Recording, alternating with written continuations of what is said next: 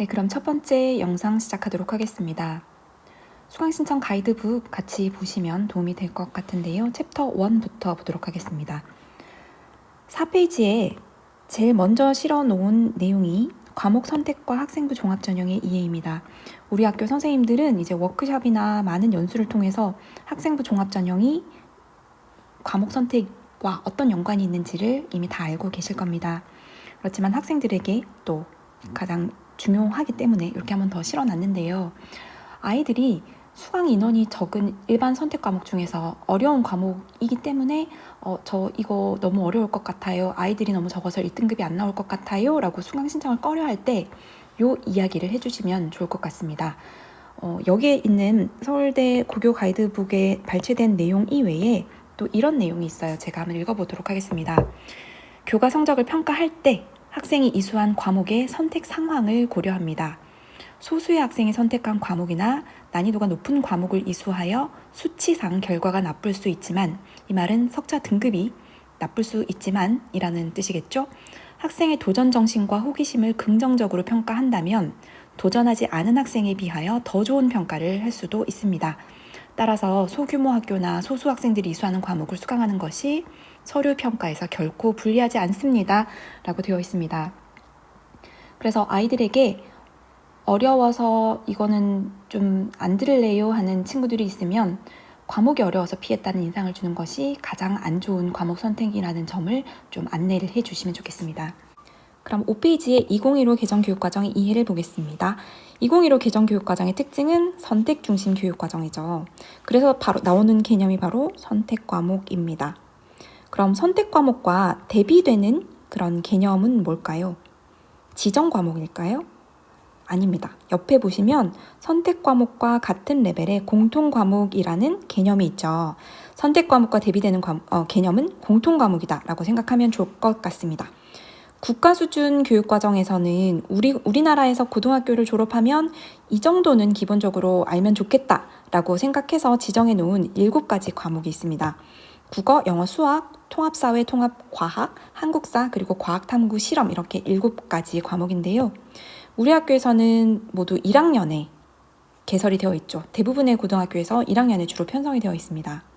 그럼 이 공통 과목을 제외하고는 모두가 선택 과목이다라는 뜻인데, 1학년 학생들은 과목을 선택하지 않았지만 이 7가지 공통 과목 이외에도 다른 과목을 듣고 있잖아요. 예를 들어 세계사, 과학사, 철학, 환경, 정보 이런 과목들을 우리는 아이들이 선택하진 않았지만 선택 과목이라고 부릅니다.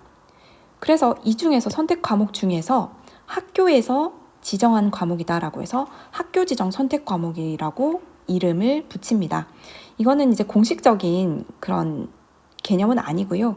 그냥 선택 과목 중에서 학교가 지정한 과목을 학교 지정 선택 과목, 그리고 학생들이 선택하는 과목을 학생 선택 과목이다라고 그냥 구분해서 이야기를 하는 거예요.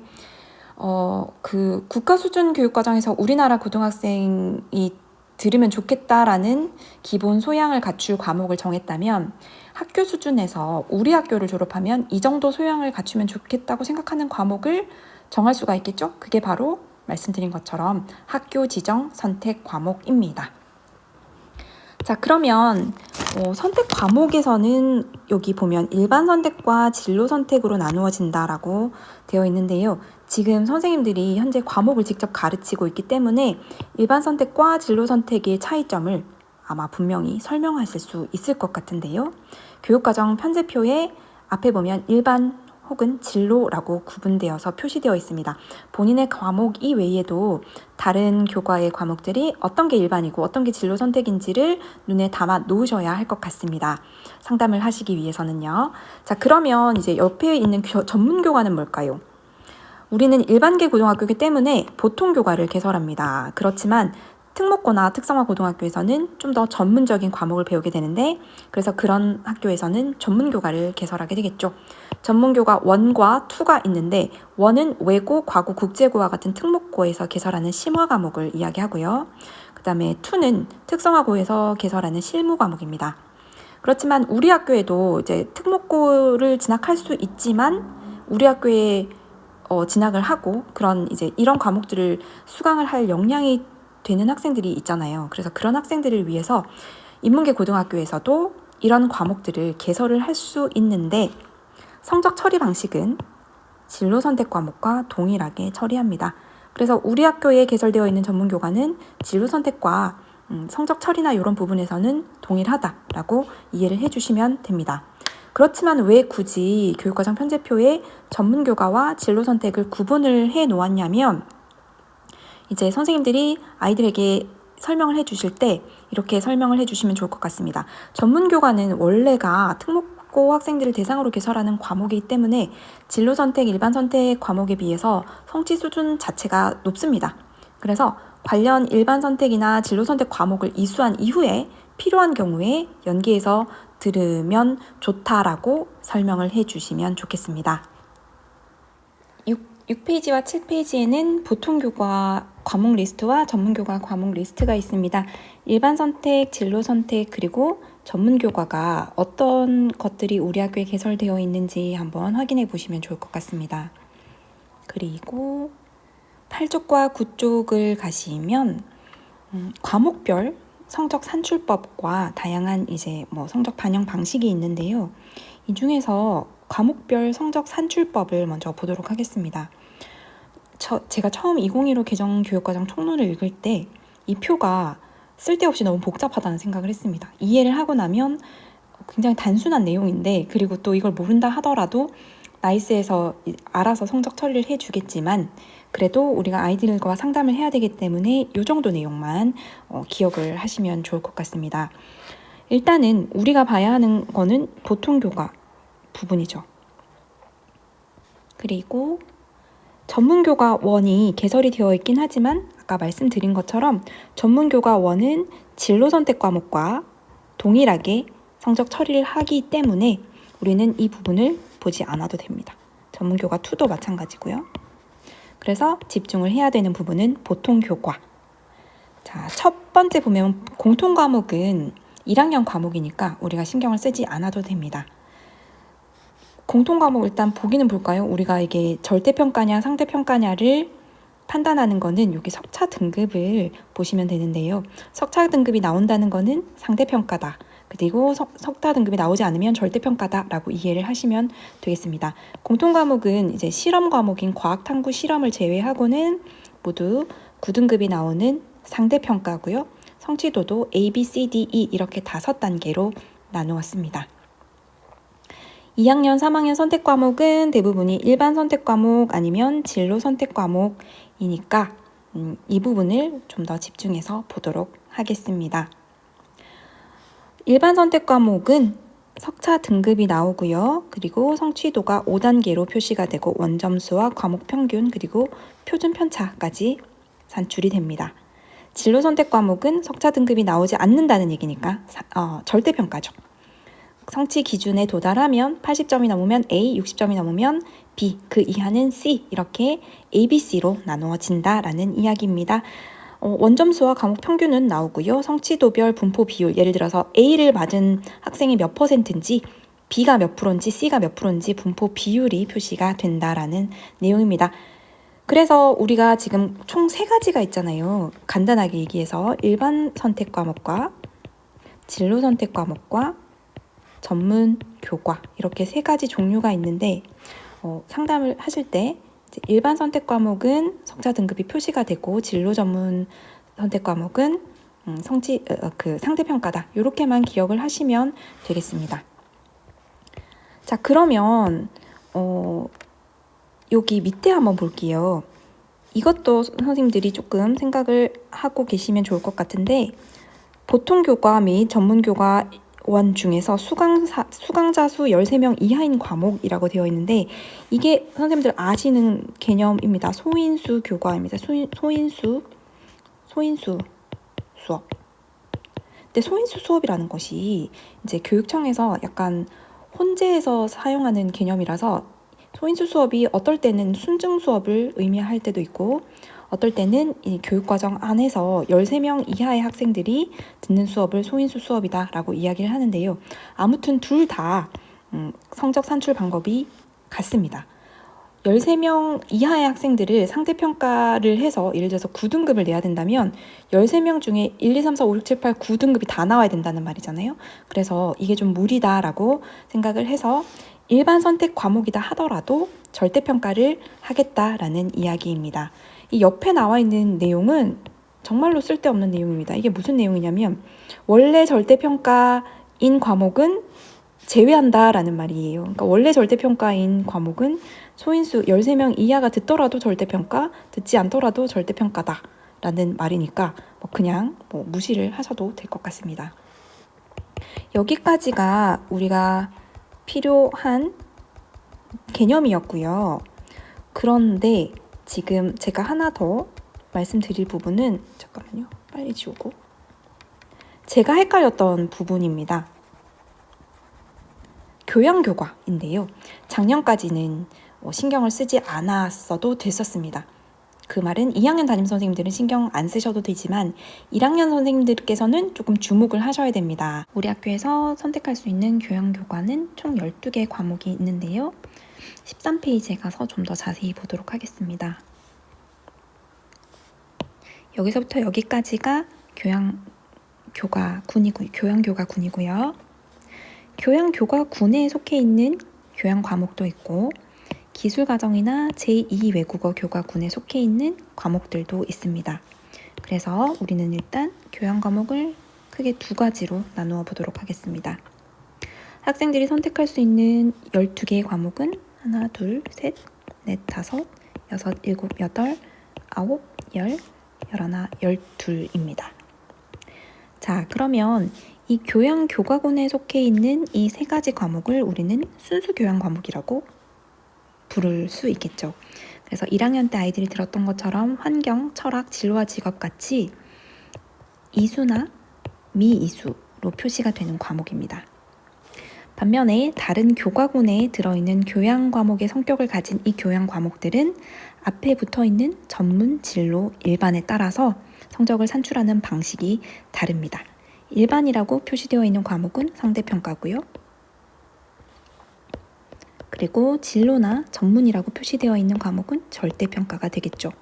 그래서 선생님들이 상담을 하실 때 교양 과목 중에서 일반이라고 되어 있지만 심리학 보건교육학과 일본어, 중국어는 성적을 산출하는 방식이 다르다는 거 인지를 해주시면 좋을 것 같습니다. 한 가지 또 당부드리고 싶은 이야기는 교양교과 중에서 우리 1학년 학생들은 2학년 1학기에서 3학년 2학기 사이에 총 8단위를 선택을 해야 됩니다. 그런데 그 8단이라고 하는 거는 보통 2학년 1, 2학기에 한 과목씩 선택을 하게 되겠죠. 그러면 절대평가 과목이나 패스, 페일 과목들이 있기 때문에 일본어 원이나 중국어 원은 조금 이렇게 선택을 꺼려하는 경우가 생길 수도 있을 것 같은 그런 기분이 드는데 왜냐하면 등급이 나오니까요. 하지만 이 일본어 원과 중국어 원이 꼭 필요한 그런 진로가 있습니다. 어문 계열이라든지 국제 계열이라든지 아니면은 아무튼 이 자기의 전공과 관련된 과목인데도 듣지 않게 하지는 않으셨으면 좋겠다는 이야기를 당부를 드리고 싶습니다.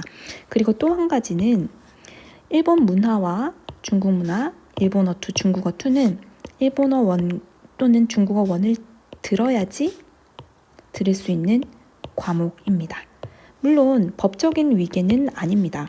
일본어 원을 듣지 않고 일본 문화를 들을 수도 있지만 일본 문화라는 교과서 자체가 그 일본어로 되어 있기 때문에 그리고 중국 문화도 마찬가지고 성취 기준에 중국어로 일본어로 표현할 수 있다라고 되어 있기 때문에 기본적으로 일반 과목을 수강한 학생들이 들을 수 있다라고 생각을 해주시면 되겠습니다. 그래서 일본어 2, 중국어 2도 마찬가지입니다. 1과 2로 표시되어 있는 과목은 위계가 있기 때문에 특별한 경우를 제외하고는 선이수 과목을 수강한 후에 2 과목을 들을 수 있다는 사실을 학생들에게 알려주시면 좋겠습니다. 마지막으로 2021학년도 수강 신청 일정 알려드리도록 하겠습니다. 사실 작년에는 수요 조사를 하지 않았습니다. 왜냐하면 작년에는 개학 자체가 4월 달이었기도 했고 아이들이 5, 6월 달에는 학교를 거의 나오지 않았기 때문에 수요조사를 하지 않았는데 올해는 한번 받아보려고 합니다.